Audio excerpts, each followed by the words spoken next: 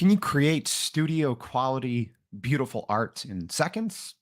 You absolutely can with Midjourney. If you haven't heard of Midjourney yet, I hope that you're in for a treat today. So, my name is Jordan Wilson, and welcome to Everyday AI. We are a daily live stream podcast, free daily newsletter, and a whole lot of other things, but to help everyday people like you and me get the most out of AI because there's so many things happening.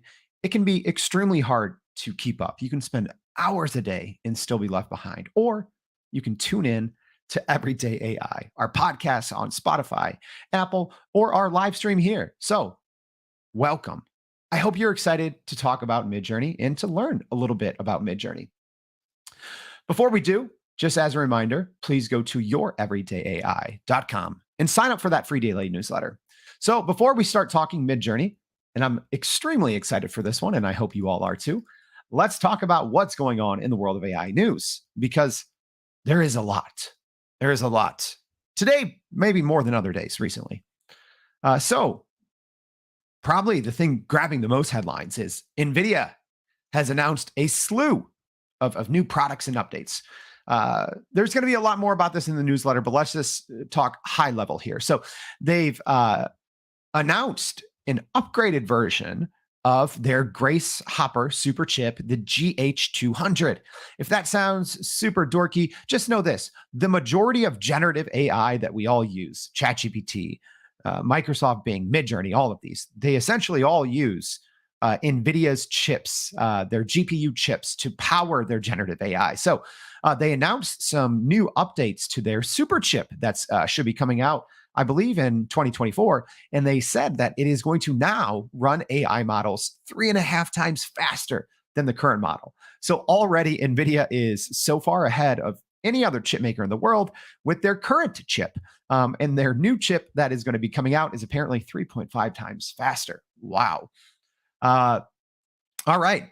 Next piece of news from OpenAI. So they didn't even really announce this. They kind of secretly released it, I guess. But a new web crawler has been, I guess, discovered called GPTbot. So OpenAI didn't even announce this. They just added a support page. And it got a lot of people talking. So, what is this? Well, let's quickly talk about it. For OpenAI, ChatGPT, they need access to the entire internet. So this is the first time that they've kind of publicly showed how this is going to work, or how it has been working behind the scenes. So they have this GPT bot, and it essentially crawls the entire internet. So now a lot of there's kind of a showdown going on now because there's content creators and major publishing companies trying to block OpenAI and other kind of AI chats from crawling their website because this obviously the advent, I guess, of AI search is actually pretty bad for most websites because you're no longer getting those hits, you're no longer getting those users and the ad revenue. So there's kind of a lot of big companies now are scrambling to block as many of these AI chats as possible. All right. And is AI generated music coming soon to you? Well, probably. Google and Universal Music just announced that they are in talks on AI deepfakes. So yes, official AI generated music. Could it be coming? Well, we'll find out. So make sure to check out more about that in the newsletter, and also if AI is going to lead to a financial crisis. So we'll have that and more. But that's not why you're here. You're not. Well, maybe you are here to listen to the AI news. If so, awesome. But let's talk about Midjourney. And if you're joining us live, I'm just going to go ahead and put this out. This is a beginner's guide. All right. And if you are if you are listening on the podcast, this is one of those. Check in the show notes. We always link in the show notes to our website where you can watch the video replay of this. So if you aren't joining us live, this is one of those. It's going to be a little hard to describe everything, but I'm going to try my best. But for those of us joining live, go ahead, get your questions in now.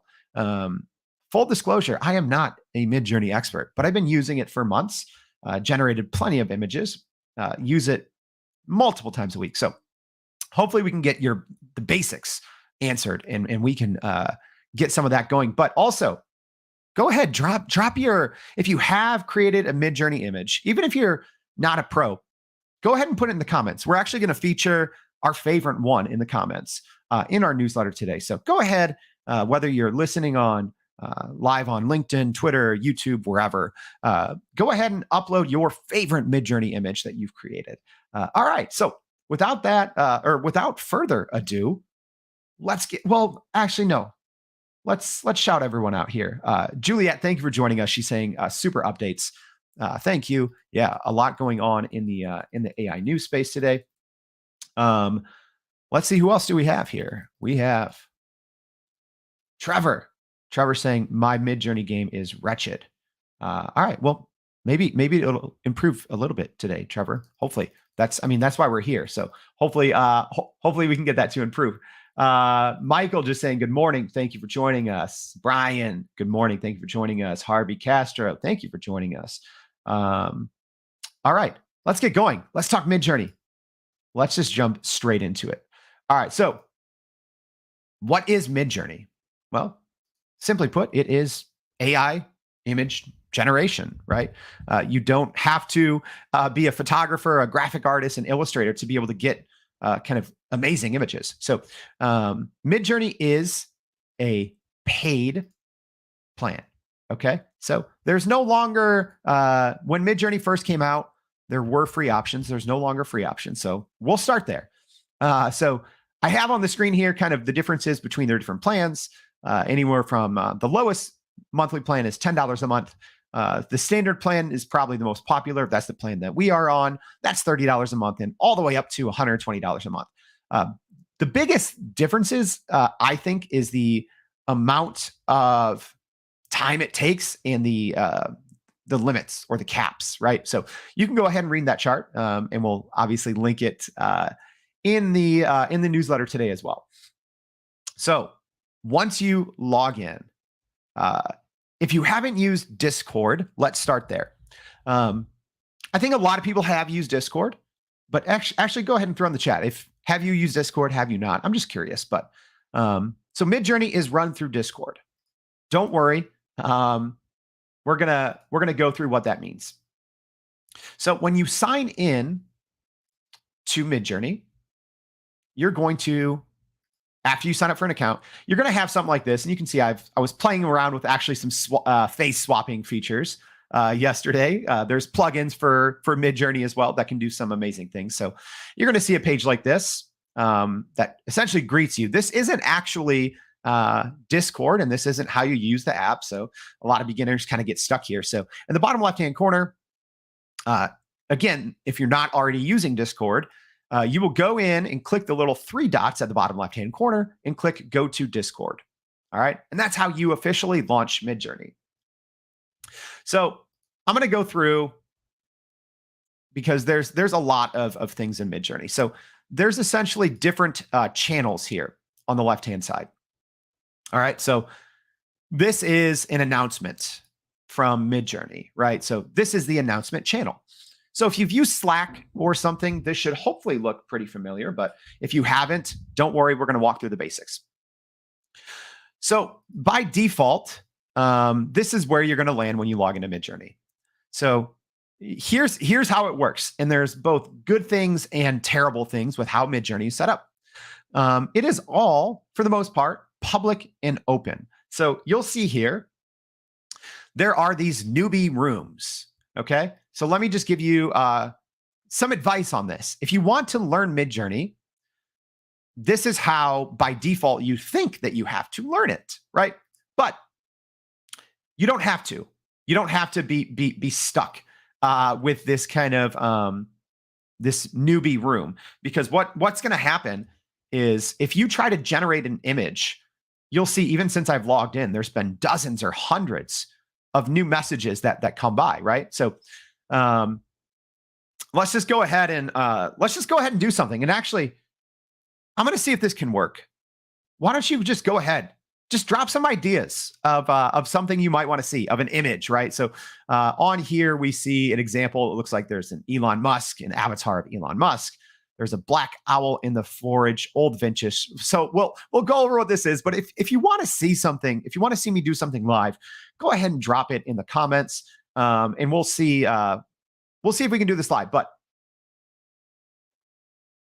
if you are using the newbie channel, it can be a little difficult because, especially if you're new to Discord, it is hard to keep up. So as an example, I don't see any comments coming up just quick enough. Oh, thank you. Here we go. There's always a little bit of a delay. So Trevor says Darth Vader eating cake. Fantastic. All right, we'll do this, Trevor. So I'm going to go ahead and do it in the main newbie channel. So here's Midjourney Literal 101. You do most of everything with prompts, quick prompts. So all you're going to do is in the messages down here, I'm going to click a backspace, and then you'll see the most popular or frequently used ones pop up. So imagine is kind of the prompt that you use to do almost any image creation in Midjourney. So you can do settings. We're going to talk about describe. There's a lot of other things, but if you just want to create AI art, which is what a lot of people are probably trying to learn, you just go to Imagine. So I'm just going to go ahead and put what Trevor said in here. So I'm going to say Darth Vader eating cake. So as we talk about this, I'm going to go over, and you're going to see here live why it can be hard to learn Midjourney and to use it because of these newbie channels, right? So you'll see right here, it says waiting to start. And you'll see now, and I'm going to try to zoom in on my screen, and I'll kind of let you know what's happening, but you can see it kind of rendering in real time. And again, when we talked about the pricing plans, it also determines how fast it renders. So I'm on the standard plan, so it goes pretty fast. So you'll see it slowly rendering, and you'll see these 4 different options in a grid. And you'll see it's now at 46%. Now it's at 62%. So it's slowly rendering these images. Okay. And we're almost done. And here's what can be tricky. You'll see right away it jumped and I lost it. And I said, all right, where is my Darth Vader eating cake? That's because I'm in a newbie channel and it gets pushed. And sometimes it's extremely hard to find where it is. There's other ways that you can go back and click, but I have to. You sometimes just kind of have to scroll through and find it. Okay, so I found our picture right there of Darth Vader eating cake. All right, so let me go over some basics of Midjourney. This is basic, so that's what we're talking about today. We're not going to get into advanced topics like styles, parameters, seeds, like chaos commands, weird commands. We're not going to get into that today, at least, right? But here's the basics, right? Here's the absolute basics of Midjourney. So we are in our newbie channel. We typed in /imagine, and then we said Darth Vader eating cake.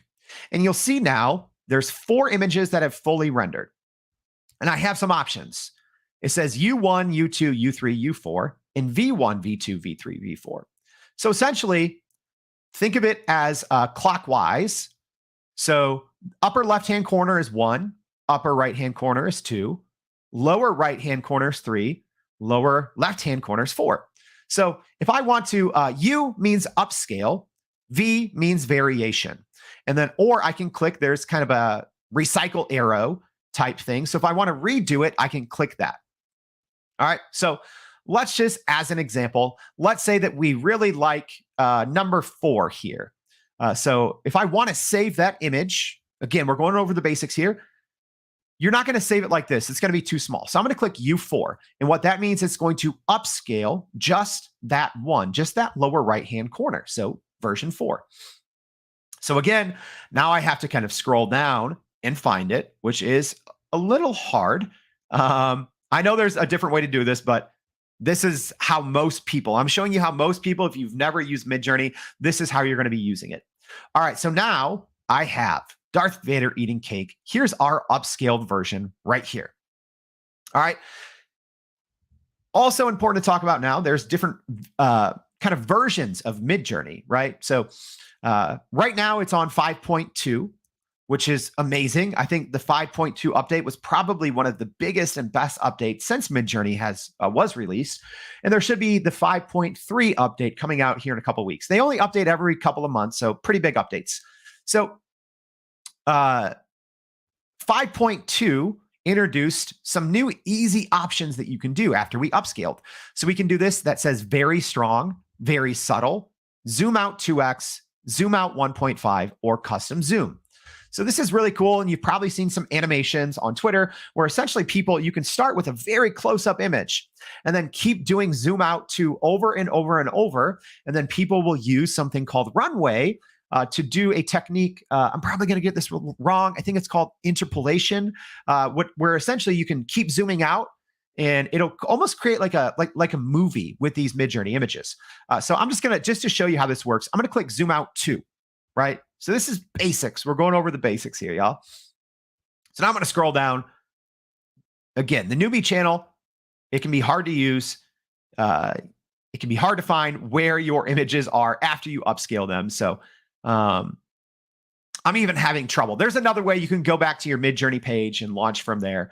But I'm going to go ahead and let's just skip to, before we get out of the newbie channel, I'm going to show you 2 things. All right. I think our upscale zoom out is done here. Let's see. Here we go. We found it. So here's our zoom out version, right? Now you can see more things that weren't there, So before we had kind of a close-up of Darth Vader eating cake, and you'll see it just got jumped off my screen. But now there's other things on the screen. There was apples, there were candles. So very cool. All right, now before we jump out of the newbie channel, just 2 things to note. You can probably already see if you're watching how it can be frustrating because there's so many new messages, and this is by default, right? But the great thing is it's a great way to learn because you can go through and scroll and see other people, what they're creating, right? So this is a very cool picture of looks like a sunset or a sunrise over the ocean. So I can go in, I can copy and paste this prompt, and I can make some tweaks to it, and then I can try it for my own. So it's a great way to learn the newbie channels, but it's also, it can be extremely frustrating. So what you'll want to do, and I'll actually do an AI in 5 on this today, which you can just create your own dedicated channel and essentially invite the bot. It sounds technical, but it's not. But essentially all you're going to do then is you're going to have your own dedicated channel. And there we go. So I was messing around with some face swapping things and some blending techniques last night. So let's go ahead and run that same prompt here. And then we're going to go through some other advanced topics. So actually, let me jump back in. I saw another suggestion. So, all right. Jay Israel said Darth Vader eating a cake on a Pegasus. So let's do that. So let's do Darth Vader eating cake on a Pegasus. All right. So again, /prompt, and we're going to go Darth Vader eating cake on a Pegasus. Hopefully I spelled Pegasus correctly there. All right. So when you are in a private channel, it's not terribly hard to set up. And a lot of newbies don't know this. But now you can see it's so easy to go ahead and just only see your images. So if you are new at Midjourney and you've been going into these newbie channels and you're a little lost, huge hack. Create a private channel, invite the Midjourney bot. It's very simple to do, and I'll have a video today showing you how to do that. And now it's very easy to work with Midjourney. All right, so now we have Darth Vader eating cake on a Pegasus. All right, so we're almost done. Now we have some great colors. Very otherworldly. I like this. This is a great suggestion. All right, so let's go ahead and use the variation because we haven't done that yet. So let's say I like this one, the 4th one, the bottom right-hand corner. It looks like Darth Vader may be using chopsticks to eat the cake. So let's just go ahead and click V4. So what that's going to do is we're going to get 4 variations of this one in the lower right-hand corner, right? So again, the U is to upscale. This kind of swap button here is to redo the generation. And then the V's are to just do variations of whichever one that you like the most. All right. So now we're getting variations of this one in the lower right-hand corner. That was Darth Vader eating cake on a Pegasus. All right, we're almost done here. And then I'm going to show you pretty simple, but how to save all of these. All right.